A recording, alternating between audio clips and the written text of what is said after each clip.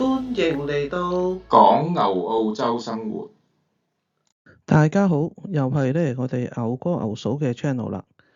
咁今日做呢條片咧，咁係有啲有感而發嘅，因為前排咧就係睇一啲 UK 嘅香港人嘅片咧，就有一個 YouTuber 咧就分享佢整一塊呢個扒仲大過個面嘅虎頭扒啊 Tomahawk 嗰啲扒。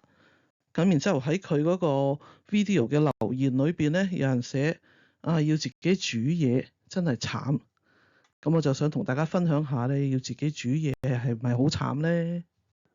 咁我第一個反應咧就係覺得，哇，可以食到塊咁有質素嘅虎頭扒，居然覺得慘啊！呢個 comment 我真係第一次，即係會聽到人哋講話要食 Tomahawk 真係好慘啦咁樣。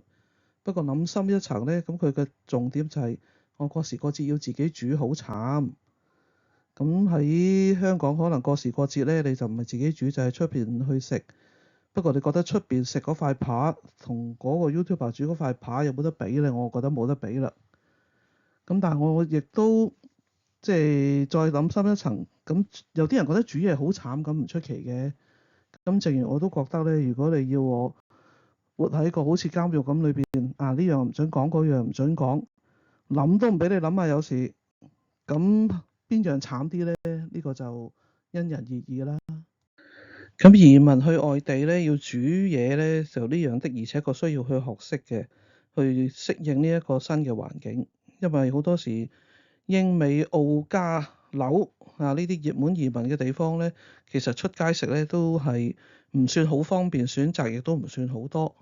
咁如果自己煮咧，一來煮到自己啱嘅口味啦，咁二來咧亦都真係會平好多嘅。咁我今次同大家亦都分享下咧，即係點樣喺煮嘢方面咧揾一啲慳功夫，但係又好食嘅一啲咧料理去做。咁譬如今次講嘅咧就係呢一個豉油雞髀啦。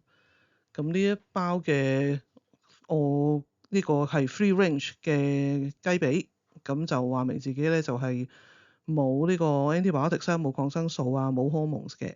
咁喺呢邊嘅超市咧就係賣8.5澳幣1公斤。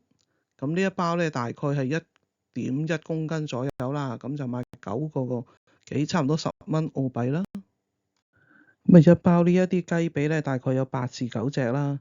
咁我同牛哥兩個咧都係呢個屬於大餸兒女啊，咁通常一次過就食晒㗎啦。咁同先前講嘅豬肉一樣啦，洗唔洗咧就睇你自己嘅習慣啦。咁洗完咧當然就一定要清潔翻、消毒翻嗰個台面附近啊、星盆附近嘅地方啦。咁同埋剪開咧，亦都係各自喜歡啦。我哋就通常因為雞髀比較大隻厚肉咧，剪開就方便佢快啲熟，同埋咧就入味。咁洗好之後咧，直接將佢放落個煲，即係一陣煮嘢個煲嗰度就得㗎啦，亦都唔使抹乾。用嘅醬料咧亦都非常之簡單，基本上就係生抽、老抽、冰糖，係咁多啦。咁生抽用嘅份量咧，大概就係300毫升啦。咁我哋就有個量杯量咧，就可以準確啲，咁就每一次煮出嚟嘅味道咧都係差唔多㗎啦。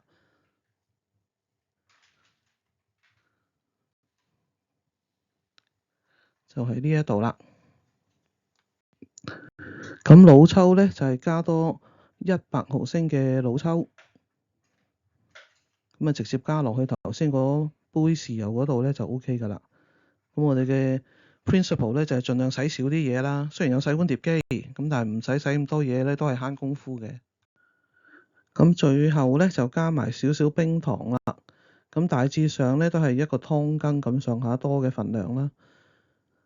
咁我哋就唔會真係攞隻羹去量㗎啦，求其倒出嚟咧，咁上下睇落去一個湯羹咁上下大細就 OK 啦。咁就係當係一個湯羹嘅冰糖啦。咁通常食中式嘅餸菜咧嘅肉類嘅煮法啦，咁我就會配呢個中式嘅蔬菜㗎啦。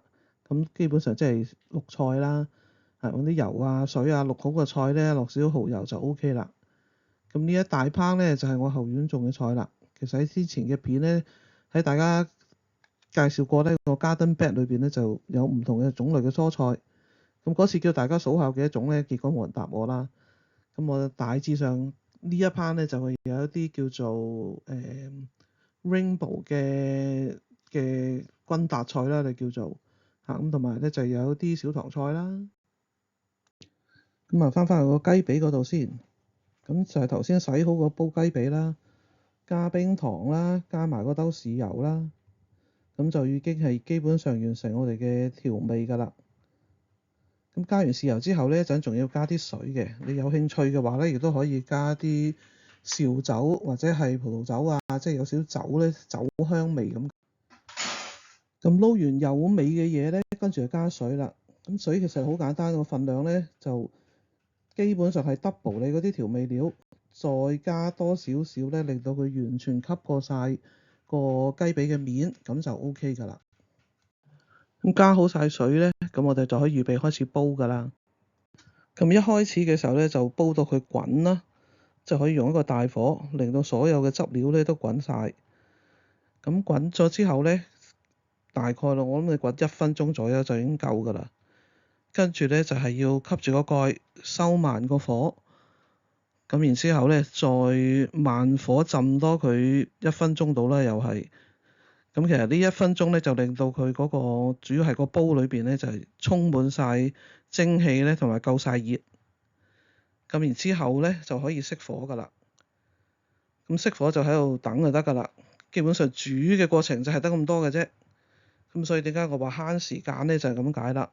因為你只係做完洗，剪唔剪都好啦，即係切嘅部分都係叫做 minimum 嘅 work 啦，就做好少啦。跟住落好晒啲調味，煲滾佢一陣，咁就 OK 啦。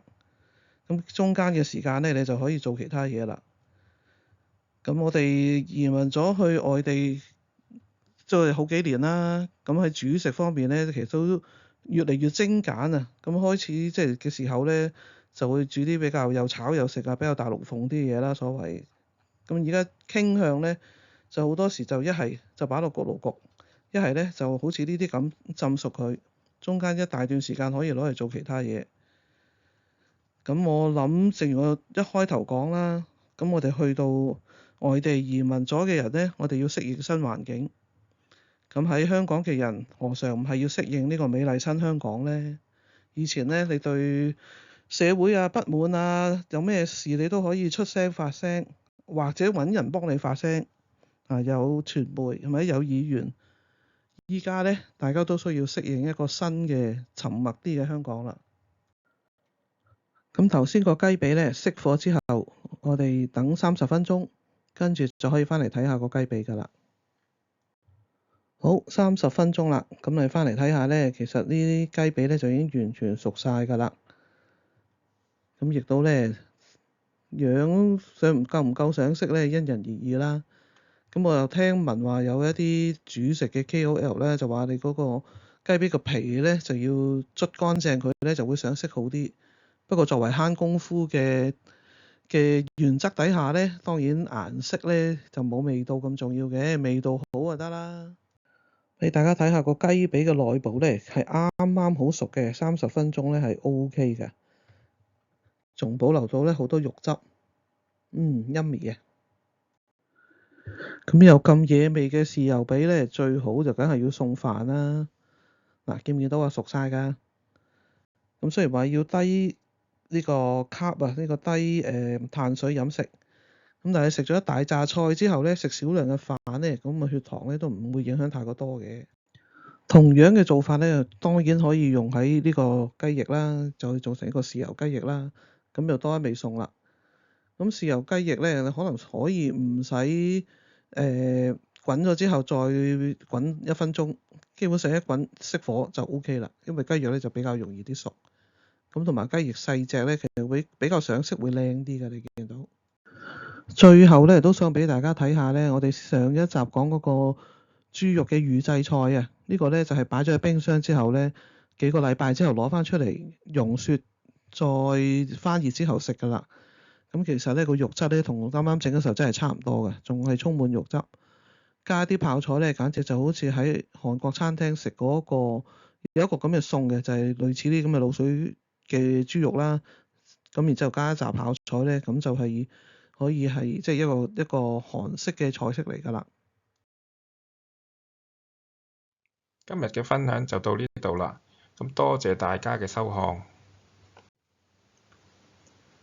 如果你都鍾意呢條片或者覺得有幫助嘅，咁可以 like、share 同 subscribe 我哋嘅 channel 啦，仲要多啲留言啊！拜拜。